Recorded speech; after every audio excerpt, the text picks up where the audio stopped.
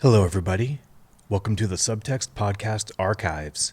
These are the long-lost episodes of the Subtext that were originally produced between 2015 and 2017. In 2018, the Subtext moved to American Theater Magazine, and we've been producing the pod there monthly ever since. These time capsules are being shared here in their entirety, including plenty of outdated references and advertisements for events far in the past. If you enjoy them, please subscribe to the current podcast feed for the Subtext or stream new episodes on the website for American Theater Magazine. Thank you for listening.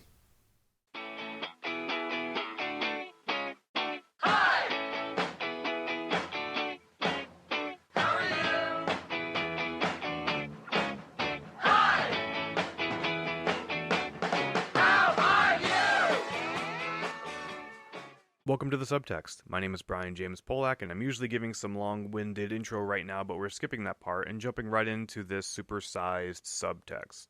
We intended to interview every Ovation nominee for playwriting on this episode, but we learned most of the nominees live out of town or don't respond to emails from strange, sycophantic playwrights.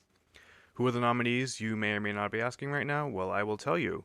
They are Samuel Hunter for A Permanent Image at Rogue Machine, Adam Bach for A Small Fire at the Echo Theater Company, Jessica Dickey for Row After Row at the Echo, Carrie Krim for Conviction at Rubicon Theater, Nick Jones for Trevor at Circle X, Ron Klier for Gus's Fashion and Shoes at Versus Theater, and Bekah Brunstetter for Hey Brother by Fresh Produced LA.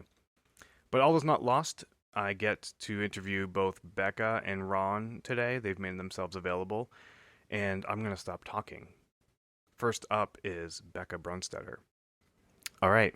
Hi, Bekah. Hi. We're recording now. How's it going? So all of the nonsense that we were talking about before, it's as if it didn't actually happen. Okay. But now all of this is real. Okay. Because it's being recorded. I'm freaking out. So, several years ago, I moved to LA. And I moved to LA in like 2007, and shortly after that, I became part of this theater company called Moving Arts. Mm-hmm. And so this is like 2008, 9, maybe around that period. And I was on their literary committee group, reading the plays that were submitted. And I'm so curious to have this conversation with you because I've associated you with this play I read, and I don't know if this is actually a play that you wrote or if in my mind I just connected you to it. Oh, I'm so curious. It was a very odd play where there was a talking cigarette. Yes. Is that you? Yes. Oh, I'm Unless so glad. there's another. There can't be. I did write a play with a talking cigarette. I just remember, like, for years and years, I've associated you with this play with a talking cigarette. You are correct. That is great. There's also a talking gun in that play. Yes. I don't know if you remember. I do remember the talking gun part. as well. A talking cigarette and a talking gun. Yeah. And so you, Bekah. Yes, I wrote that. Bekah yes. Brunstetter. Yes. Am I pronouncing your last name right? You are. Bekah Brunstetter was the playwright who wrote the play with the talking cigarette and talking gun, and that's who you are to me. That's who you've always been to me. I like that a lot. And that's then we kind of like met. We have so many friends in common, and we kind of met. And I was like, oh, that's Bekah. Now I know her in person. Yeah. That's the one that wrote the talking cigarette, talking gun play. And then I go see your play, Hey Brother. Awesome. So I had this expectation of you before I go see that play. Right. And you are, in my mind, I've like created this sort of like myth of who Bekah is. And you're very avant-garde. Uh-huh. Yeah, and you write these really odd theatrical plays because I read this one. It was a one act too. Yeah, it was like maybe like 50 pages long. Right, it was right. a long one act. And so this is what I was coming to see. I thought in my mind. Right. And I was kind of like bowled over by how not that Hey Brother was. Yeah, Hey Brother has no anthropomorphism or talking inanimate objects. No, it's all talking human beings. Yeah, it's just humans. Right. And family stuff, yeah. So do you live between these two writing styles? Definitely. I think that and I like living between both of them, and I think it just depends like what the play is. The play will tell me what the elements are, I guess. But I don't ever want to limit myself and say that I don't do that, or sometimes I'll start a play and it just doesn't have that element. And if you force a magical element into a play that's just about a relationship, that's when it'll become silly and quirky, which is my least favorite word. When you try and like force theatricality into something. And there's so many ways to be theatrical, like the first being just not leaving a room, not cutting away. And sometimes that's the most theatrical thing about the play, and it doesn't need the other stuff. But the other stuff is like the most fun. And when I was in grad school in particular, I had a good time exploring things coming to life. I have another play with an elephant. I have a play with that actually started in grad school that just a month ago had its premiere, like 7 years after I started, The Oregon Trail, which takes place inside of the computer game, The Oregon Trail. It takes place simultaneously, in 1997 in a computer lab with this girl playing the game and also her great-great-great-great-great-grandmother traveling the trail with her family. So, like, juxtaposition of worlds, stuff like that. I did a lot of that in grad school in particular. Did the Oregon Trail start in grad school? Yeah. I started it, I wrote like a scene of it, I think. I loved grad school because every week, your teacher would just say to you, here's your assignment. And it was everything from journal about your childhood for an hour and then take one element of that and put it in a scene to just start a play. Start the first 10 minutes of the play. And I think that's what the assignment was when I started the Oregon Trail. Oh, it was start a play with a really clear world. I think that's what it was. And did you associate world with this game, Oregon Trail? It was like the world was the top of this hill that where people had died during the Oregon Trail, where kids now like come to fuck around. So it was like a place outside that had sort of like double meaning in terms of where you were in time, I guess. But yeah, I started it then and then I didn't. Oh, there's the microphone. Hi, microphone. That's where I was supposed to be talking the whole time. We can still hear you. Good.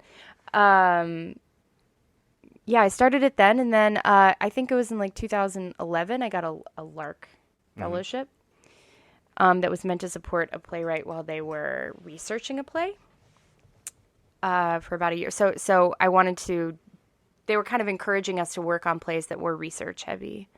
And I immediately remembered that idea because I didn't know a lot about the Oregon Trail outside of that computer game, which was something that's hilarious to me about the game is how little, historical knowledge or facts like a kid is getting when they play that game. So I took a year and really dug into what trail life was like. The Oregon Trail is the first game, a computer game I ever remembered encountering in my childhood, and I think I'm a lot older than you. You are. Should we say how old we are? Sorry. Well, it's like a contest. I'm turning 42 in November. Oh my God. So you don't seem like you're 42. Right? No, I wear t-shirts all the time to make me look like I'm still. Like I'm a generation. Yeah. So anyway, like the Oregon Trail. Well, you are older than me because I'm 19. Yeah. I won't dispute that. Yeah. I will not dispute that. This is a slippery slope now. It's dangerous territory. So the Oregon Trail, this was like old school Commodore 64 computer or like the first Apple computer and the screen was green. Mm-hmm. There was not a lot of, there were like 2 pixels. Like that's all you really got back then. And so I remember, and actually the artwork I saw for the Oregon Trail that somebody had for like a reading or a production of your play, I remember seeing it was so hearkening back to my association from like the mid 80s when I first learned about this game. Yeah. And it said nostalgia. And I was so curious what that play was all about. It's about nostalgia. I mean, among other things, but it is, I wanted it to be something that that appealed to, I'll just say we're the same generation. We are. I'm 33. You're not that much older than me. Something that reminded us of being that age at that time, because I feel really strongly that when you're in middle school, everything that happens to you stays with you for the rest of your life, because I think when you're that age, you're like putty and you haven't Oh been like, yeah, you're totally. like clay and you haven't been put in the kiln yet. So everything that happens to you leaves a mark.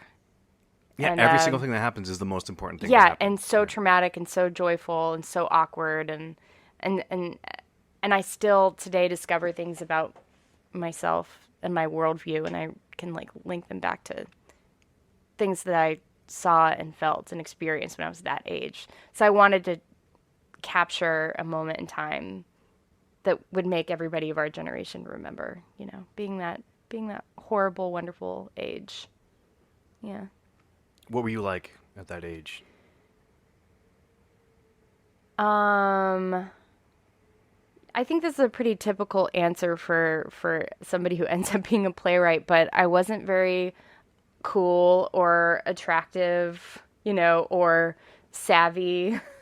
Um, I mean, who is in middle school? There were a couple of girls in my middle school who were like really hot in a way that like wasn't fair for being like 12 and 13. There were a couple of Right. ladies and a couple of dudes where I was like, I really hope you're peaking because this is not fair. Yeah, like they're 2 years ahead of me. How does that Yeah. happen? But I was really I went to a small Lutheran middle school. So there were only like 12 people in my class. So there wasn't really a lot of opportunity to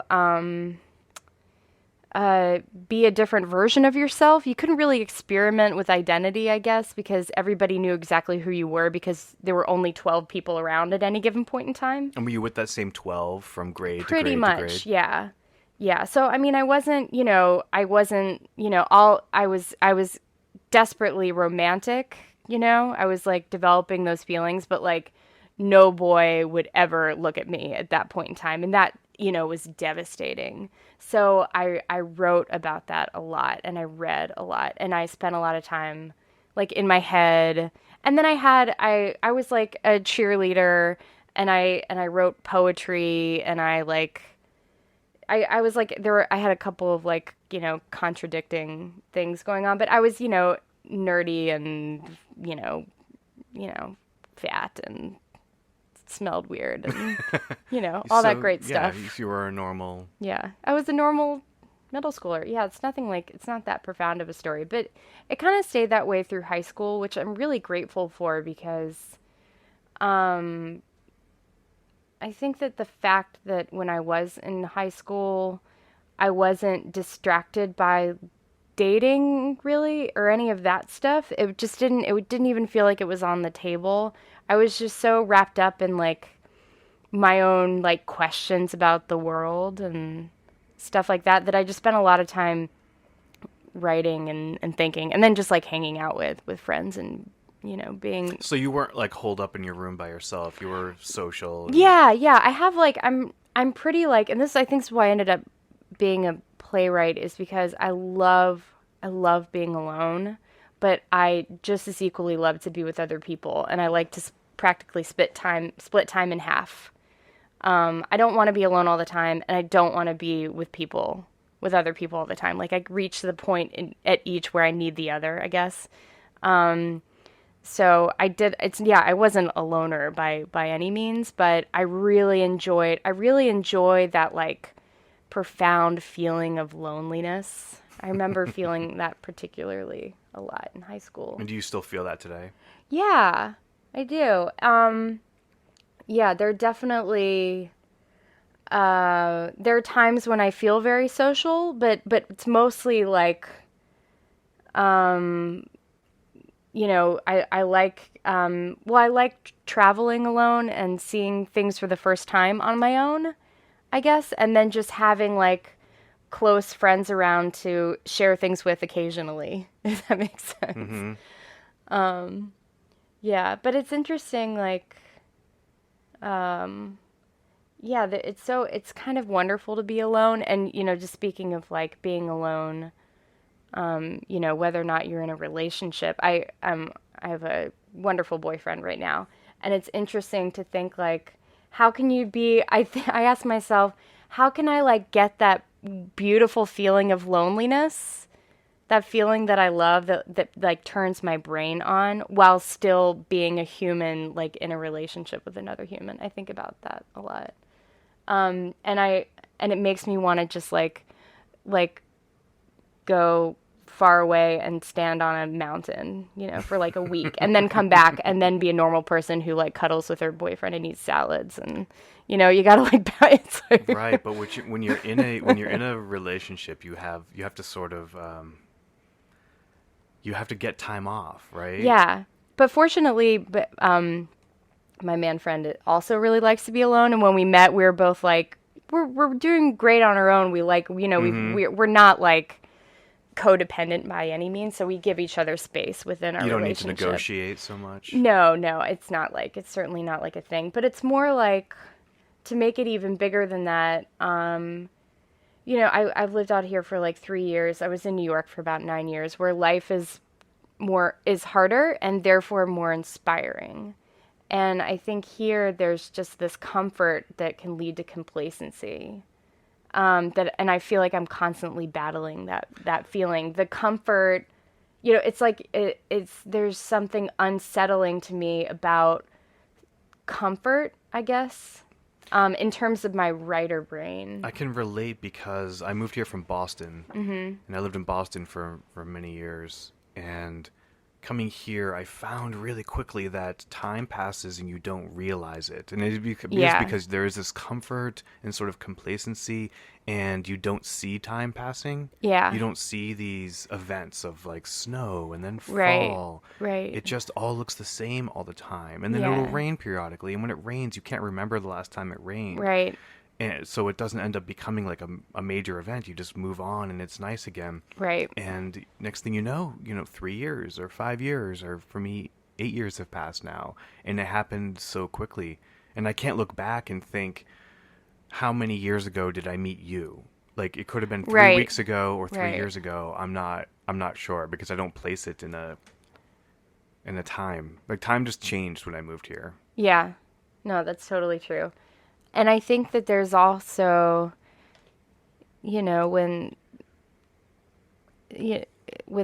especially, when horrible things are happening in the world, I feel a weird guilt ever since I've lived here that I didn't feel before, because things are so nice here and my world is so simple. That Like, if a major hurricane happens back east, you Yeah. feel guilty that you're not there. Yeah. And just like, I mean, I'm like everybody else, I'm sure I've been really increasingly upset by these shootings. And I don't know, I was at like, the gym the morning after the Oregon shooting, and I just heard my own vocal fry. Do you know what that is? Did you listen to that This American Life about vocal fry? Vocal fry. I'm doing it right now. The whole concept drives me crazy, because it has people talking about the sound of someone's voice rather Yeah, than the content. totally. And Anyways. it drives me bananas. Yes. Fry away.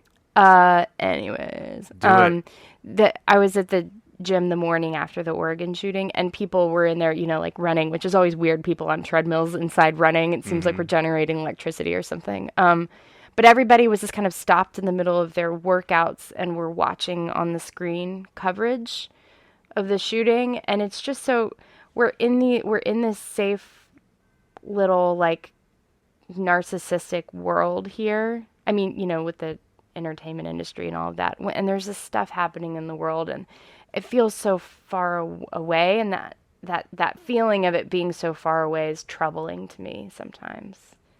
But it's not like I want to go and like, I don't know. I don't know what the answer. I don't want to forget what the world is really like. And I want to make sure I'm living in a world that's real, I guess. Are you think about inspired that. by these events as a writer? Yeah. I actually just, I love, whenever anybody asks me to write a short play, I always say yes, because I love how I can write one in a night and I have a new thing that I've explored, and I had agreed to write one for the theater company in DC that did the Oregon Trail, and I hadn't written it yet, and it was due like a few days later, and I wrote about a shooting, because I was gonna write about something else. But then I was just like nauseous over what was happening. And that, that's when, being a writer is amazing because you can at any point, sit down and work through what you're feeling and what you're thinking. So I just kind of like took the thing that was troubling me and used the opportunity. And that's another thing that's great about short plays. It's not like I'm going to like, maybe I'll write something longer about it later, but I was able to work through a feeling in a moment with the play. How did this, I guess, the idea manifest? No, we established that you write in a lot of different ways. Yeah. What kind of form did this one take? It was actually, it's a short play festival, based on songs by the New Pornographers. Mm-hmm. And I picked the song Use It, because I liked one of the lyrics. It's something like, 2 girls in a parking lot crack wise on the cost of fame. So I was just thinking about those words, and then I was thinking about how all of these shooters have been men, and what if it were a young woman? And it just like, I just immediately clicked into what that might feel like. I think a lot of people, and we've been talking about this a lot at work, the show I'm working on right now, about people in the America right now who are invisible, sexually invisible, or, just feeling like the whole world is happening around them and they're not a part of it. So I was just thinking about a girl who feels that way, about to do this thing, and then another girl who she doesn't think has ever like seen her, like, crossing by in the parking lot and stopping her, basically. But it's also like just about these 2 girls who have gone to school together since they were in middle school but have never talked, because they assume they're each in their roles and they can't communicate. So, and I've written about that a lot. Do you have a relationship like that? Not currently, but I remember feeling that way. I used to get really down on myself because I just felt like this sounds so dumb, but like I just didn't feel like I was cool, and I wasn't cool enough, and I wasn't pretty enough, and I just wanted to be in a place where I felt like I didn't deserve to be. It's that whole like, I hate you, but also I wouldn't mind being you.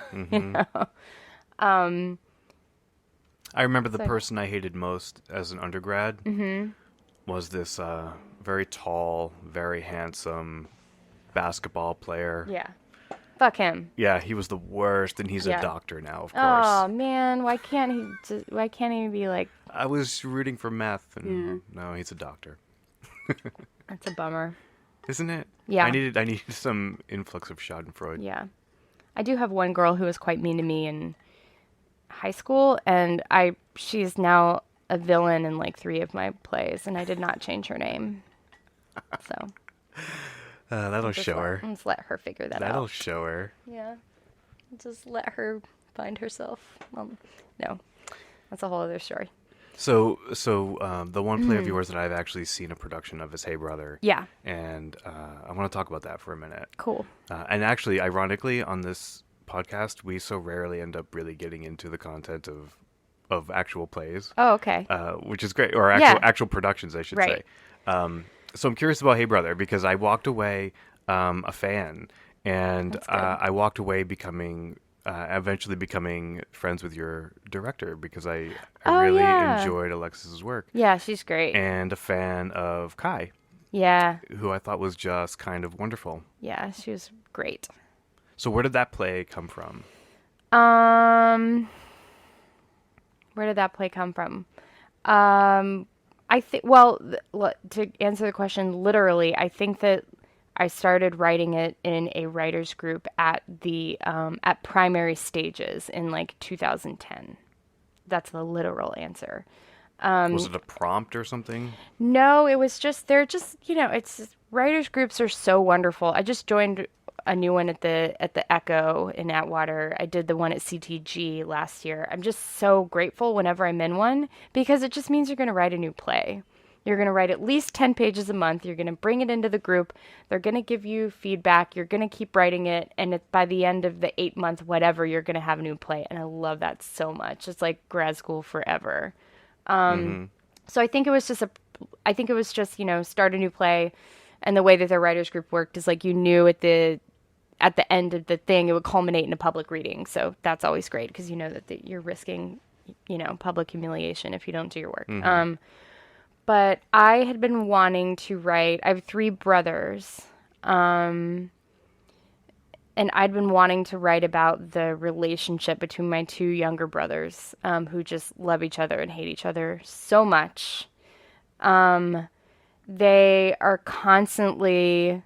They've gotten a little bit better as they've gotten older, but they're just like constantly fucking with each other. But then the long and short story, they're Marines. The youngest one still is. The middle brother has since left the Marine Corps. But they were both deployed overseas. And Tim, my little brother, was in. Let me get this right.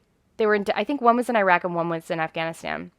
And Tim got shot, and Dan just like dropped everything and like got on this helicopter and went on this like epic journey to be by Tim's bedside when he was killed. I mean, when he was shot. Not killed. He's alive. I love you, Tim. I'm so glad you're not dead. So they just like, there's something really beautiful to me about their relationship. And they at some point lived together in Dan's house in Wilmington, North Carolina. And it's a miracle to me that they didn't kill each other while they were roommates. So I just started thinking about 2 brothers and that sort of horrible, wonderful relationship. And then I also was thinking about how I think Americans take family for granted. And so I wanted there to be a character who Kai played, this young girl, Chris, who's been adopted from China, who doesn't have any siblings. I wanted there to be a character who has no siblings, interacting with these 2 brothers who have each other, but completely take each other for granted. And I wanted to write about like the fantasy surrounding, the American myth about like the loving family. Because I'm close with my family, but we're so different that we don't have. Sometimes I see friends interacting with their siblings and their parents, and I get this jealousy, and I also feel guilty because I'm like, I have these 3 brothers and this mother and this father that are on the planet with me, and why am I not best friends with them? Why don't I have that closeness with them? But we're every family is different.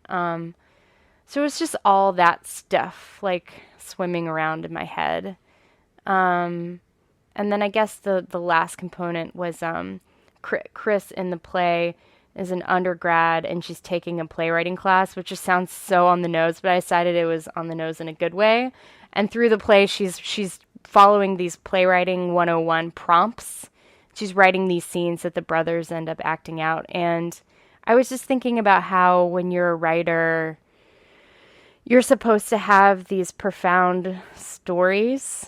And I constantly feel this like anxiety that I'm not interesting enough to be a playwright. And I wanted to write about that, but I didn't think it warranted a whole play. Because it seemed like a ingredient that made sense in this world. It felt so sincere to me, though. It felt like you weren't. I think a lot of people will say this. I hate writers writing about writers writing. Oh yeah, that's the worst. Yeah, I can't believe I did it. But I didn't have that feeling in your play because it felt so sincere. Oh, that's It felt good. earned and it felt honest, and it didn't feel like a 20-year-old who was like, oh, being a writer is the most interesting thing ever. That's why I'm going to write about a writer writing and how hard it is to write. Right. It didn't feel like that way at all. Right. It's more about like wanting to have a story or wanting to have a narrative that has crafted who you are as a human being, and have that story be satisfying for you, Yeah. All right. I can't believe I accidentally said my brother was killed. That's a real bummer. That was such a weird moment. I I feel like, is there wood I can knock on? This is We're wood. all This is flying. wood. My This big is brother's wood. getting married on Saturday, and we're all traveling there, so let's just knock on that. Great. It made me feel I don't know your brother, and when you Yeah. said that, it made me feel like really oddly emotional. Yeah. I did. I It don't was a know weird why. moment. I don't know why. But Yeah. it happened and we got past it. Yeah, we did, so it's okay. I'm fascinated by this I'm popping on the microphone. It's like vocal fry. Yeah. Um so I'm fascinated by, and I'm not sure how comfortable you are talking about this, but you alluded to sort of like your relationship to your family and how you don't have the kind of closeness to your family that you see other people Yeah. have. So I'm curious how, like you have a big family gathering coming up. How does this sort of like Yeah. closeness manifest in your family around holidays and big events like this? Like, is there like a distance between you? Um, this is so great because I'm going to therapy after this, so it's like I'm just starting right now. I just gonna get my therapist to sit right there, and two birds, one stone. Um, well, I think like we're really comfortable around each other, you know? So it's not like it's awkward. I just think that I'm just gonna speak as if my parents are never gonna hear this. I'm just gonna do that. My parents are they're really wonderful, loving people. They're very religious, quite conservative, and my brothers and I all have sort of a different relationship with that upbringing. I'm still trying to figure out what my belief system is. I haven't fully. I believe in God. I'm still trying to figure out what that means for me and all of that. But I think because we were raised in this way, and then we started becoming our own people. Like, I think a little bit for my brothers, and definitely for me. Like at some point, I like fractured. Were they Southern Baptist? Yeah.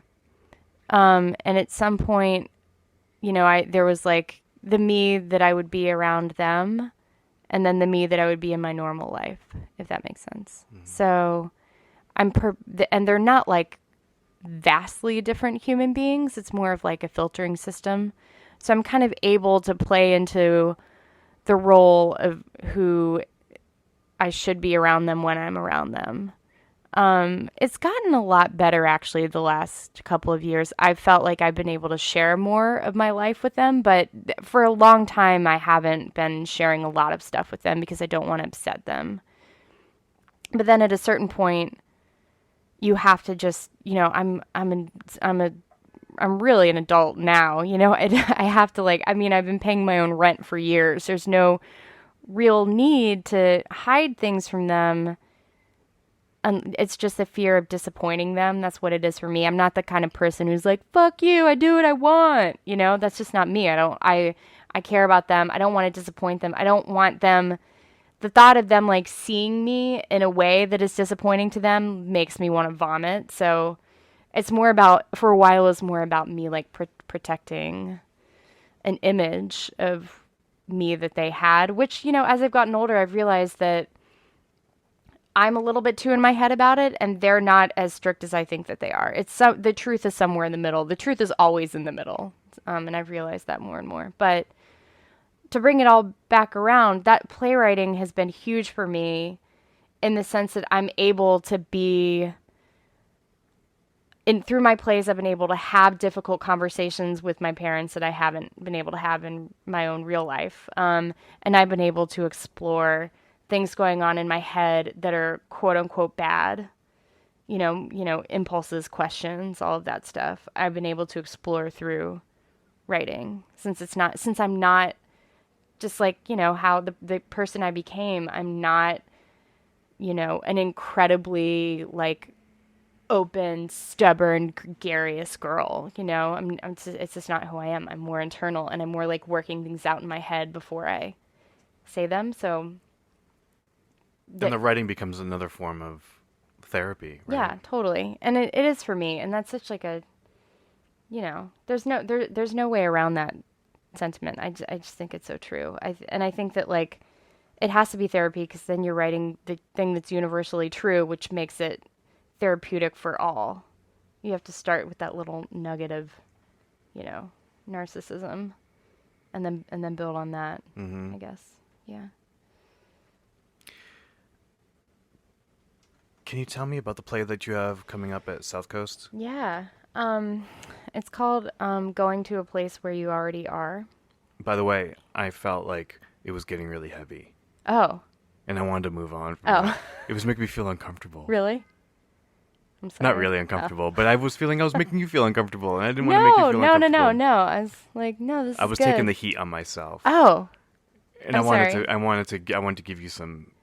I hope I some didn't cover. make you feel uncomfortable. No, I loved it, and I was so happy that you felt so open to share that. It's good to talk about.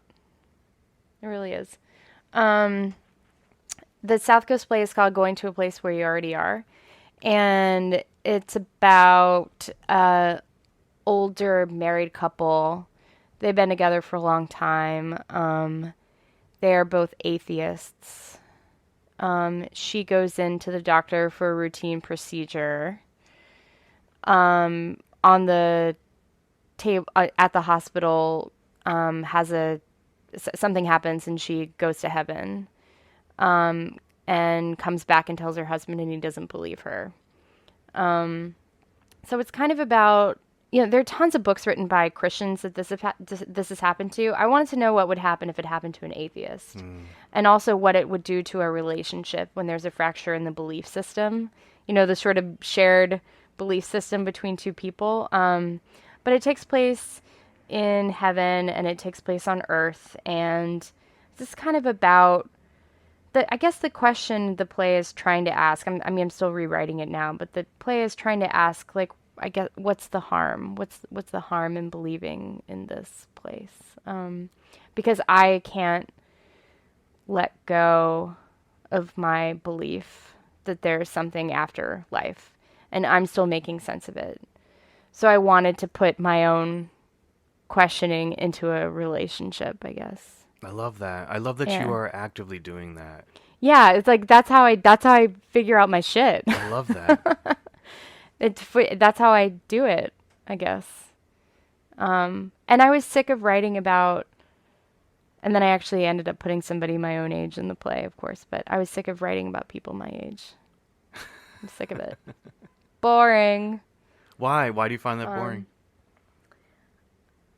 It just feels it's hard to write people your own age sometimes because it just feels so cliche. I didn't feel this way when I was like 25. I feel this way now at 33 for some reason. Maybe because I bet it's just getting a little, I don't know, I'm just less and less interested in like my little problems. I don't know. Even though, whether or not there's a heaven is it's not like a little stupid problem, but I'm able to sort of expand it, with this older couple approaching death, and, it just feels like a bigger concern. But I'm just, now that come to think of it, I haven't in a couple of years written about anything super immediate. So I guess I'm going through a phase where I'm bored by myself. So. Well, I'm totally not bored by you, and I sincerely wish we could keep talking because I've really liked getting to know you in this past, it's been great. like 40 minutes. Yeah. I know you 40. So many things. I know you 40 minutes better now. Yeah. This is great, though. Thank you for doing this. No problem. I hope that my voice has been. I kept forgetting to talk into the thing. I'm really sorry. Technology will fix that. Okay. Thank you. You're welcome. All right, that was Bekah Brunstetter, and we're just going to jump right into our interview with Ron Klier. Hi, Ron. Hello, how are you? Welcome to the Subtext. Hi. I don't think I've ever said it in that way before. Like I always have a different way to get rolling. But as we were just talking about before we hit record, we're just meeting right now. Yeah. So nice it's good to meet somebody. Yeah, we know some of the same people. So yeah, we know a lot of people in common. It's a large city, but not a large theater community. No, not at all. Yeah. So how did you find your way into this community? Well, I found it by accident probably about 15 years or so ago. I kind of fell into theater late in life. I always loved reading plays, but I didn't really grow up in the kind of environment where people would see plays. So but I loved film, and kind of like in the early '90s to mid '90s, I sort of discovered film and really wanted to try to be a filmmaker. And then I had moved out here, and I had seen quite a few plays in the small theaters around here, around town, like Moving Arts Theater and West Coast Ensemble, which was around at the time, and Interact and places like that, and kind of fell in love with what theater could be. A whole other side of theater I didn't realize maybe wasn't what I thought it was. You know, I thought it was larger productions, musicals, things like that, the kind of things I've been acquainted with in college. And when I saw it could be done so small and so intimately, I really fell in love with that because it appealed to everything that I enjoyed about films. So I'm right there with you. When I was growing up, I grew up in New Hampshire, mm-hmm. and I don't know why, but I never thought that plays were still written. Right. You know, like plays were from Sure. a bygone era because when I grew up, there wasn't a theater community. Yeah. Like the idea of Shakespeare would be introduced to us as students, and perhaps Sure. we'd be taken to a production of Shakespeare somewhere far away. But in my little tiny corner, that was all that theater was, except for these musicals. Like Right. students who could sing would Right. then do these musicals like Guys and exactly. Dolls or whatever. But everything had already been written. Right. Yeah. Yeah, and I loved, there were a lot of plays I read and loved, like in college. Like I had discovered in college, like True West and Glengarry Glen Ross and things like that I absolutely loved. And then I would see productions, be it college productions or maybe even some, at the time I was in St. Louis, and I would see productions at some St. Louis theaters.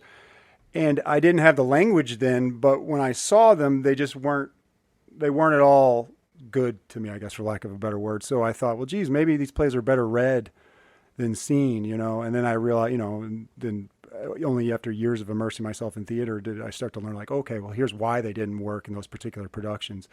And that was very, very cool to me. Then that was very exciting, delving into acting and things like that. They're like, oh, this is how you can achieve the same sorts of things you can achieve on film, same sorts of realism, the same sort of excitement, the same sort of emotional impact rather than just intellectual impact that you can have in a film. You can actually have on stage too. It's just rarer, and here's why. And that became sort of an obsession of mine. Then after that, of like, oh, how can we create these pieces for actors that really get them out there? So is that how you would describe your playwriting? Yeah, someone else described it as realism with metaphorical lift. I kind of liked that. That was a nice way to say it. But yeah, I like, I've said before, the way I describe it is like I'm doing giant, master shots, meaning like I like to get the actors out on the stage, and I don't like a lot of blackouts. I like to have them have to sort of have the story spin out of the characters and of the actors themselves, and kind of put the onus on them to pull this language off and to pull these sort of characterizations off, and these sort of dramatic shifts in tone and emotion, et cetera, out there on the stage. And that's exciting to me. I don't think there's anything better than that personally. So that's what I strive to do, is create those kinds of parts where actors are excited to play them. So when you're coming to a play, a new idea for a play, are you thinking actor first? Are you thinking subject? Are you thinking your own sort of like itch that you need to scratch? That's a great question. I'd say it's a combination of two things. One, it's usually characters that won't let go. You know what I mean? That you hear other people say that, but it's true. It's like they just stick with me. Coupled with, do I then think those characters, are their stories going to probably be interesting to tell? Will they hold my interest? Will it be challenging enough that I think at the end of the line, after however much work, it will be something that could be fun for actors to play and for an audience to see. Yeah, but that interests me first. I love things where the actors are forced to live through these sometimes horrible, sometimes good, sometimes exciting things, and no one's there to help them. Like that. Not that I love a good set. I love things like that, but I definitely love to immerse an audience in the experience and have them forget they're watching a play, rather than call attention to the play. Like some other work does, which is great too. I like seeing that kind of work sometimes, but I personally like to immerse you in the play and make you forget it's a play. So you're nominated for an Innovation Award for Gus's Fashion and Shoes. Mm-hmm. I get the title right? Yeah, Gus's Fashions and Shoes, correct. Gus's Fashions and Shoes. That was done at Versus, Mm-hmm. and you directed it as well. I did in this case, yeah. So what was the inspiration Why did you write that play? That play is actually, it's based on a real place I went to growing up. I grew up in North County, St. Louis, Missouri, and there was a place downtown that was like that. And so it's essentially, my father was a police officer for the city of St. Louis for 44 years, a lot of that undercover. And we would go to this place downtown called Gus's Fashions and Shoes. And even though this is a fictionalized version of that store, the real store was this really cool place where sort of gangbangers, kids from downtown, kids from the suburbs, a lot of policemen would all hang out in the same store. And it had that kind of vibe that within the walls, these people who might not interact with each other anywhere else would interact with each other So there. why are people hanging out in a shoe store? I'm Because, fascinated by well, that. at the time, the play takes place in 1990, and at that time, it was one of the only retail sort of discount outlets for shoes, and at the times what was popular at the time was like starter jerseys and starter jackets and things like that. It was the only place you could go and get those things at cheaply, and there was pre-internet, pre-anything like that. So everyone would have to go downtown, and Gus's was a crazy place, sort of like some of the places downtown, or at least in downtown's heyday here, where it's just like boxes everywhere, shirts everywhere. Over here was rap cassettes, over here was gold chains, things like that, hats everywhere, and you had to dig through boxes to find what you wanted. And it was just attracted characters, like And real people are crazy just characters. hanging out, like drinking coffee, Yeah, and talking yeah. about what's going on. Exactly, yeah. Policemen talking to Gus, talking to the gangbangers, talking to whatever, talking just to the neighborhood kids, the interacting.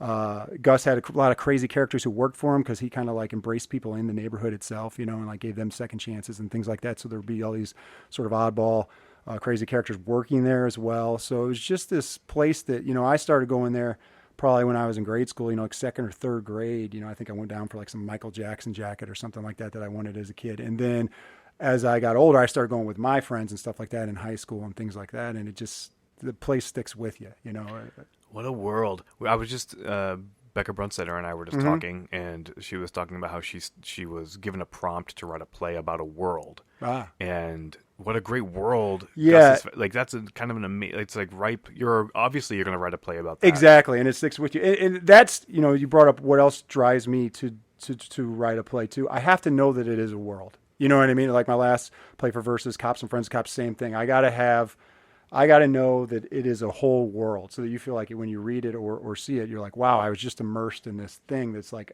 I felt like it was just happening right there. This whole world just opened up for me. That's what excites me about writing anything, is like creating that the authenticity of the world itself. So on this particular play, we had to create 1990 St. Louis, Missouri. And it was a lot of fun to do that. So your father was a police officer was, yeah. in North St. Louis. Well, he was actually, a lot of it.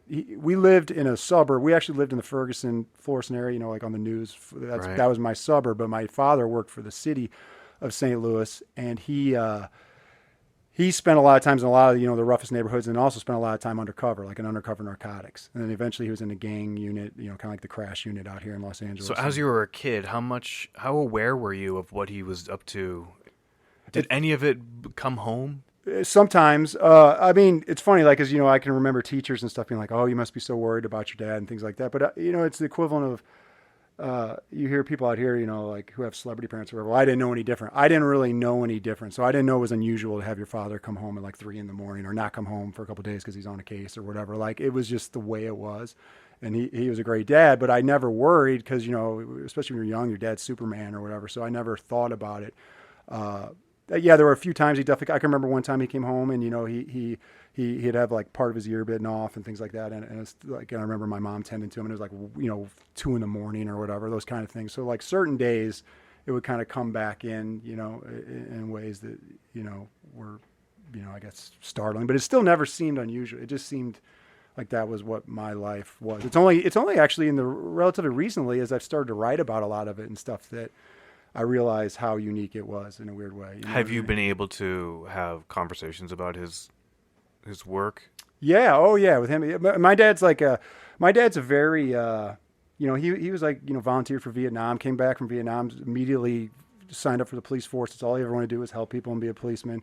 He loves the action. He set like arrest records and things like that back in the 70s and stuff when things were crazy. So like he's very fatalistic in the sense that he thinks it's, when it's your time to go, it's your time to go. So he never carried any of the job home with him in the way like a lot of people that he worked with did, like he was a good dad, a great husband. They're still married, and for him, it was like everything's very cut and dry in a weird way, like it's very, he's able to turn it off and, look at it as like a job, I guess, rather than like these horrible things or these bad situations or, and he's a big hearted guy. So like he's a lot like what you wish all policemen could be, which is, in there to help the people and kind of give people a break when they need a break. But at the same time, like my dad said, if he's arresting you, you did something really bad, it wasn't just some little crime, Did you ever get in trouble with the law?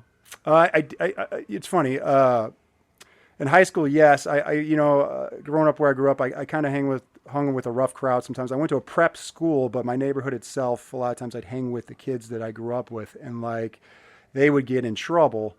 And that was one thing about having my father as a father was that often could get out of trouble. You know what I mean? Policemen would often cut us a break or let us go, or their tones would immediately change when they knew like who my dad was and things like that. That sort of privilege that comes with being a policeman's son. So even though he was in the city and where I was probably getting in trouble here or there is in the county, but still,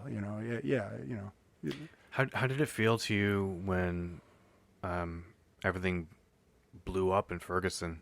It felt weird. Yeah. Because I'm right on that border, like the Ferguson, Florissant, and I'm trying to like deal with some of it now, like in writing and things like that. But like, I had two thoughts. One is like, wow, that's crazy. Two, a lot of the reasons that it blew up, I can remember thinking about. It's such a unique place, and a lot of my work deals with that too, because it was such a unique way to grow up, where like you're just everybody's with everybody. Like my neighborhood was probably 50% white, 50% black.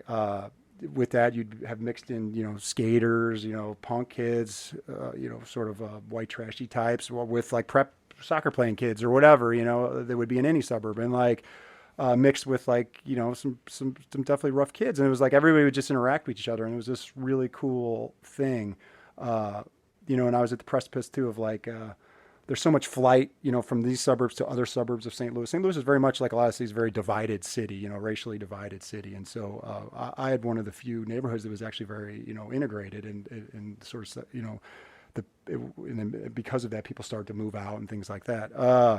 So it was a really cool way to grow up and not know any better. So when I saw that happening, a lot of it, I saw, well, you could see why it was happening. And also understanding that the way these suburbs, a lot of them work, that a lot of these policemen are in over their heads. You know what I mean? They're not really equipped the way the city is with a lot of the things that go on in these suburbs. And coupled with the other thing that struck me as all this was happening is I was very taken aback by how a lot of the people I knew and grew up with, people in their 30s and 40s now, that I don't want to say, it kind of gave their city a celebrity status or whatever, and it was sort of strange to watch how that affected them. You know what I mean? It also was interesting too to see like what was so big nationally, locally the complaints are like about the traffic because of it, or the people from out of town that are like clogging up all the streets, you can't get anywhere, or the common everyday complaints that you have anywhere were what a lot of people were complaining about, rather than the larger giant issues that made such national headlines, I guess. So when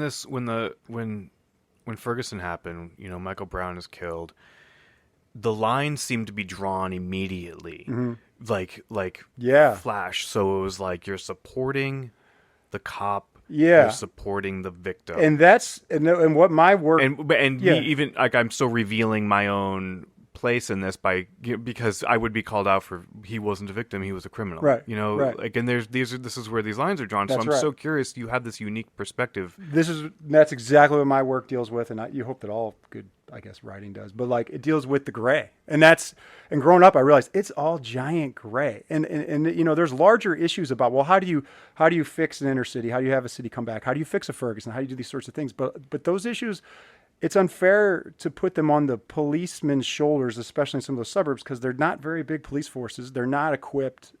They don't deal with the same everyday problems that the city does. Coupled also with,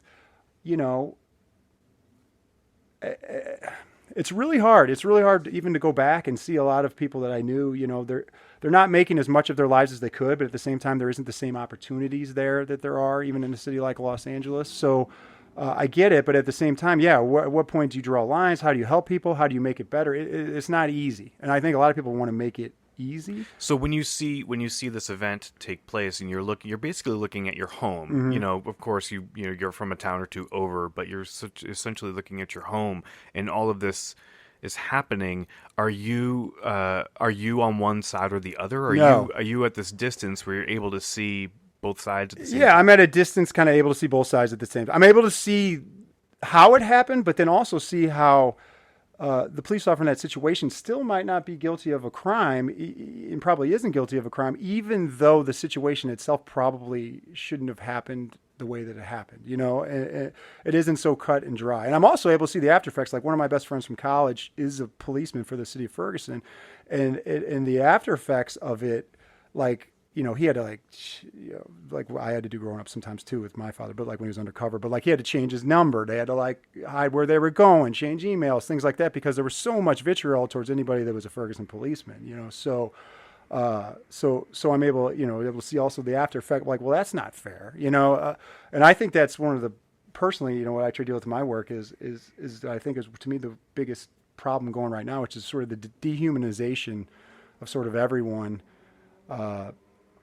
in the name of a larger cause, or we're forgetting that there's a person on the other side of something, whether it be internet shaming, whether it be this policeman who may or may not be guilty of a crime, or even of a mistake or whatever, but that is still a person, and likewise the victim is still a person, all of these different things we often forget in the larger name of promoting a cause or trying to fix a thing, that you're still dealing with people, and you can't just crush these people under the sort of steamroller of improvement, or under the guise of improvement. Why do you think you have this ability to be able to see the whole picture, both sides of an argument? Yeah, one, it's probably like internal wiring. Two, my father's like that. He's able to, like, even in the midst of getting shot at in a rescue or whatever, he was able to see people as people and deal with each one individually, no matter what. Whereas I saw a lot of his friends who were not. They were much more, had a war mentality of sort of, those are the bad guys, and all, you know what I mean? And it would be a very much more cynical take on which would happen to a lot of people in those sorts of situations. But my father never had that too. And this is going to sound funny, but I always tell everybody, the single biggest thing you can do is read. I read a lot, and I grew up reading a lot. I didn't discover theater, but I did discover novels, and I love reading. And I think if you read a lot, you're going to have empathy. And if you have empathy and you're in the shoes of another character, you're going to be able to more easily put yourself in the shoes of another person.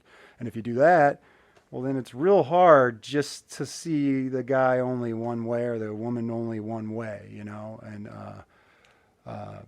I feel like today more than certainly when I was growing up, it's a real harsh climate because of the internet, that we're like, man, just somebody makes a mistake or says the wrong thing or is a different type or whatever, and they're just, they get hammered, they get killed, and you forget that somebody's reading that and somebody's feelings are hurt, and somebody, and I think that's unfortunate.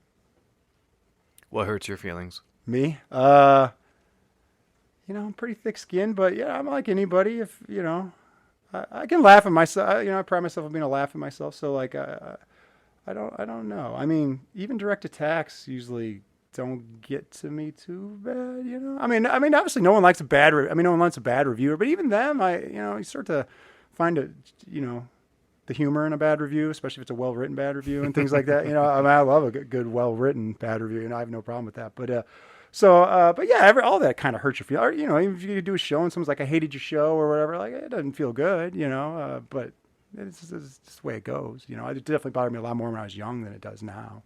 So, God, the feeling of imagine somebody walking up to you after your show and saying, "Oh, you're the writer? I hated your show." Well, I wish they did it like that. It's much more like sort of, it's much more insidious. It's much more like, it's like they'll patronize it, or that to me is much more worse. I'd rather be like, man, I really hated it. Great, but if it's when they get so like, and do you really think it should be like that? And do you really, and you're just like, oh man, look, it's out in the world now. It's yours. You talk about, but you shouldn't probably be talking to me about it like that. You know what I mean? Mm-hmm.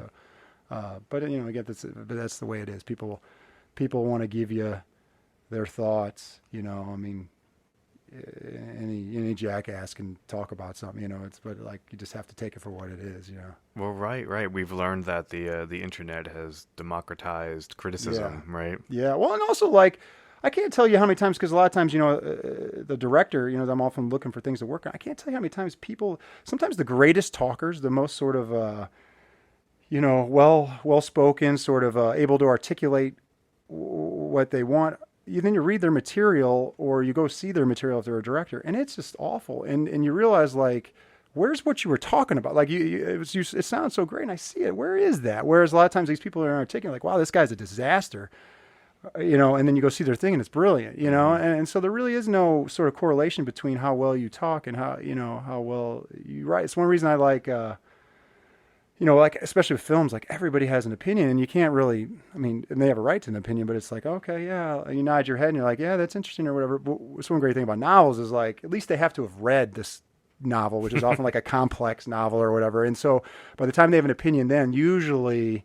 you might be dealing with someone who's at least a little more well thought out with that opinion or whatever, and you can have a little bit more of an interesting dialogue about it to me than just pure emotional reactions to films, especially, and theater, where people are just, this is what a play is, this is what a movie is, and they really won't let it be anything else, Whereas what I'm attracted to in a play is voice. You had Becca in here. I love Becca's voice. Like, I love, like, when I'm like, oh, I know instantly who wrote this, and it could be anybody, but if I feel, and I'd rather have that play sort of quote unquote fail or be messy or whatever, but have that voice. That gets me excited. That gets me jazzed. And that's what I try to do in my stuff. Do you always direct your own work? No. I do lately when it's for Verses, because for Verses I'm also the resident director, and there is a sort of, there's a sort of aesthetic and a sort of, we don't produce a lot. We produce like once, twice a year. And so there is an integrity of vision, I guess, or whatever, that I don't want to say I'm protective of that, the brand or anything like that, but it's just like there's an aesthetic that we're striving for at all times, and it's like a close-knit family and stuff. So I often end up directing my own stuff. Can you describe what that aesthetic is? Yeah, it's definitely realistic with the sets. Like we go all out with our sets. Like, we're nominated for production design too, and usually are. Actually, for two of our shows, Completeness by Itamar Moses and mine, and we go all out with that. I'll be the first to admit that, like, on a great night, two actors on two acting cubes can be the greatest thing you ever saw. However, on the rough nights when those actors are a little more heady, or maybe they're not living moment to moment, suddenly that feels awful, whereas, like, when you have the geography of space and time, it helps the actors, it helps ground them, but also helps ground the audience, and it gets people excited. Like, if you have an awesome set, you have an often awesome world, people come in and they're like primed for a good experience, which I can't tell you, especially in this town, it's a cynical town. So, like, the more people are primed to think they're going to see a great show, the better your chances that actually it will turn into a great show, because a lot of times they come with arms crossed. Especially a lot of the creative types, not necessarily the older audiences, but the creative types, because they're like, well, show me, what do you got? And you, when they walk in and there's that sort of magic of that reveal of the set and things like that, they get excited and they say, oh, this is actually going to be pretty good. Well, it is kind of incredible how that space gets transformed. Mm-hmm. I was just in there and it was naked. Mm-hmm. I could, it was yeah, just it's bare. tiny. And I had never been in that space when it was completely bare. Every time I'd gone in there had been some kind of set, and it's like, God, I saw a show there a few years ago. It was before it was Versus. Black Dahlia. It was Black Yeah, Dahlia, love their set. and the set was the basement of a New Jersey home. Yes. And it looked was the basement of a New Jersey It's great. home. And that's what we do. And the great thing about that space is once you put the set in, like whether it's this shoe store or whether it's, our last play, the bar, or whether it's Completeness, suddenly the space seems huge. You know what I mean? Like, it actually makes the space expand. We have a genius set designer named Danny Sistone who's able, to just transform that space into this. You're walking in the place, and to me, it's the greatest thing in the world, because then it creates this sort of claustrophobic feel for the actors that forces them to deal with each other and to deal with each other in an honest way, rooted in behavior, and it's just cool. It's just exciting. So you said at the beginning that it was like this small, like, black box theater that inspired you. Sure. So what is it about that? It is, Rather than, like, why is that inspiring in rather a than the different big way thing. than, like, the Sure. Amundsen? Sure, because I'll tell you why. Because when I grew up, and one thing about having a policeman father, like, he would take me to anything. Like, I can remember, like, seeing Scarface in its original run in 1981, even though I was, like, in second grade or whatever, you know what I mean? And things like that. And so I grew up watching probably these largely inappropriate films, but were driven by these performances, whether, like, I remember as a youth seeing, like, whatever, State of Grace, or seeing Goodfellas 7 times, or, like, these kind of things and at that time I never thought I'd be a filmmaker, 'cause that seems like something somebody else does way out in Hollywood or whatever. But I was just so enraptured by this dialogue of these things and by these performances that I was like, wow, it's so amazing. It's so cool. It's so great. And then, of course, you hit college, and then I hit college at a perfect time in terms of film, because it was like these films of like Whit Stillman or Tarantino or even Kevin Smith or whatever. And I saw Clerks like 7 times, and Richard Linklater, all these guys, and they were dialogue-driven movies. And I saw My Dinner with Andre finally like on VHS, and was like, whoa, you can do this, you know? And I loved it. And then suddenly when I saw these black box spaces, I was like, wow, those experiences I had, you know, watching these movies in the dark, I can do that live. And how much cooler is it live that I can make a Jim Jarmusch film or whatever live? Man, it was the greatest feeling in the world, you know, and it was the greatest feeling with these actors to watch it go from being shit to being like, oh, wow, this isn't good at all, to like, with each rehearsal, you get better and better and better and better and better till it is as good as those things, you know, and to me, that's a great feeling. Like it's awesome, you know, there's nothing better. And so, cause I've always been attracted more to the dialogue driven films anyway, you know, as a film fan, even though I like everything, but I love, you know, like an Eric Romer film or whatever like that. It gets me excited. So like to be able to do that on the stage is great, you know, to me, you know, like I said, other people, I'm glad they do different kinds of things, you know, but that's, for me, that's the be all end all. What are you working on now? Right now, I'm busy, first of all, reading everything I get my hands on, and along with the artistic director of Versus, Johnny Clark, who I love working with, trying to find a play just to direct. And then on the side, I'm working on 2 different plays, one of which is a sort of the conclusion of this trilogy of St. Louis plays that began with Cops and Friends of Cops, then was Gus's Fashions and Shoes, and now will be the 3rd one, sort of based on a similar experience I had working at this, in the back of the kitchen of this crazy restaurant, where it was like, you know, half black, half white, and sort of dealing with all of that, you know. And are you in that play? I am in that play, certainly as a sort of has a surrogate or avatar or whatever. Where it takes place in 1992, and there's a dishwasher character that's based on me probably a lot. You know, I mean, he's different but same, yeah, Mm-hmm. yeah. So and all of the people in it are based on sort of versions or at least mixtures of the real people that came in and out of that place. So it'll have that same sort of crazy world feel of Gus's, and it'll also deal with.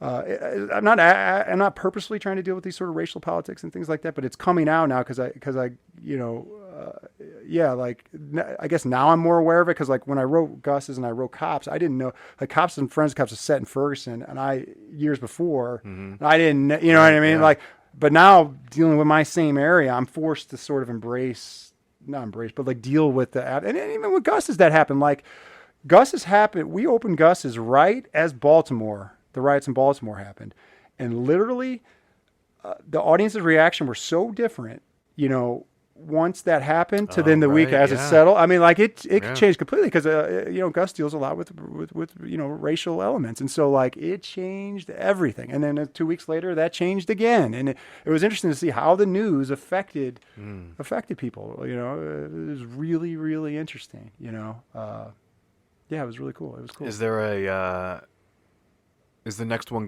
is the next one sort of slotted in? Is it going to happen, and we're going to see it on stage? Like when? Yeah. No, I do a really long process. Like even with Gus, is like, we were very fortunate. We got invited down to Chicago with this theater company called Route 66 Theater, who was kind of working in conjunction with Steppenwolf. So we spent like a week workshopping Gus's there. Then I came here and did like 8 workshops. Because one of the nice things about being the resident director of theater and working so closely with the artistic director, Johnny Clark, is like, and having a stable of actors, I can do 10 workshops of Gus's with all different casts. I can, you know what I mean? And I can really take my time and sort of, because I control the workshop, there isn't the same fear of other, you know, I've been involved in other processes as a dramaturg or as a director or whatever, where like people can workshop a thing to death and kill it. But like, because I am going in much more gently with my own thing, I can kind of hear it. I can kind of switch up people up. I can say, well, what works? What can I tinker with? And then really take my time. So yeah, my process is probably much slower than a lot of people's, but you know, it is what it is, I guess. That's cool. It's all good. Yeah, Everybody's got their own everybody's way got their own, in, yeah. you know, and the Yeah. play's ready when the play's ready. That's right. You know, there's no rush. Yeah, and also like, you know, if the artistic director or whatever Versus doesn't like it, then I don't do it either. You know what I mean? Mm-hmm. So you never know. You never know what's going to work and what's not. You know, but I can feel this one's probably going to work. You know. Cool. Well, I look forward to seeing it whenever thank it you. happens. Thank you. This went by really fast. Yeah, that was half a wow. But Great. I think we said a lot. I Yeah. think you said a lot, I should say. Well, good. Yeah. Yeah. Yeah. It was Quite it was really great meeting you and getting to know you, even despite the fact that we have 2 microphones in front of our faces. Yeah. You too. And please let me know when you have a show. Yeah, you got it. Yeah. You got it. Well, thanks for being here. Yeah, thank you. All right. All right. Congrats to Bekah and Ron and all the other playwriting nominees. The Ovation Awards take place Monday, November 9th at the Amundsen Theater in downtown LA. For tickets and more information, go to ovationawards.com. Thank you to Bill Bordy for generously supporting At This Stage magazine. Thank you to Danny and Anna for making this podcast happen every month. And thank you, International Pen Pal, for providing the theme music. Find their album on iTunes and buy it. You will like it. And while you're there, find us on iTunes and rate the show. That will somehow make this podcast reach more people or something. I don't really know. Just go do that, please. You can also go to thisstage.la and find all of our episodes, along with a lot of great content about the performing arts scene in Los Angeles. That is it. This is the end. Next month, I interview Oprah Winfrey.